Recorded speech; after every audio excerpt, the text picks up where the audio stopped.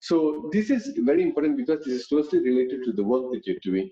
I'm a fan of this because I had my fair share of depression when I was around 26, 27 because I had a heart attack when I was so young. So I didn't know because there's no big coverage on depression and all that stuff. But the way I cope, where it comes in the adaptation part is basically I surrounded myself with good people without me knowing. So I've been blessed, right? To be having at that time I had my girlfriend who's my wife now. My parents were supportive. I had some colleagues and all that. So it is very powerful how we actually. So I believe because in the work that we're currently doing, we are providing the tools, which is called, I'm wearing this. How do you reset, right? Yeah. So Yeah. you're stimulated, but you need to reset and have this clear mind. So now I've read some books by Sean Acor.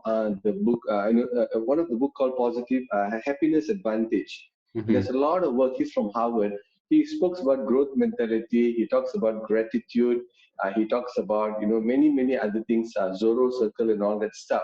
Now, what is your thought about gratitude, Prof? This gratitude is something very powerful. It is something that is very powerful. When we being gratitude, when we appreciate things, that free us from feeling of inadequacy. That we have some things, although we do not have other things. So that stop us from, that person has everything, I do not have what they have.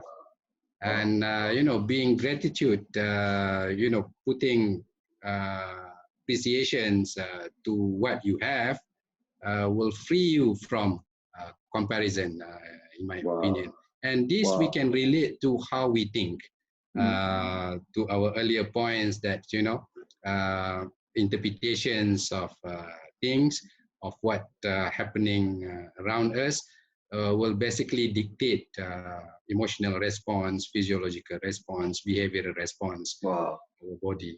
So, of course, it is a very powerful task.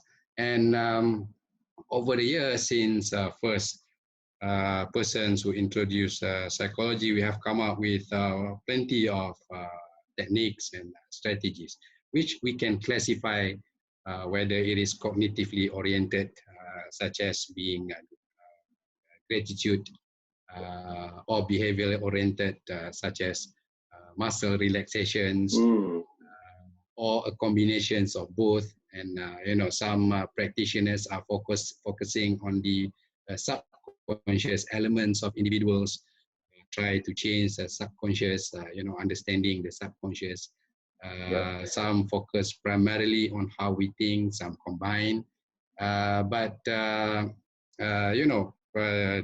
These strategies, some of them are very, very helpful, especially in my opinion, those that combine cognitive as well as behavioral techniques, such as gratitude writings and a gratitude technique. Wow, that's amazing. This now.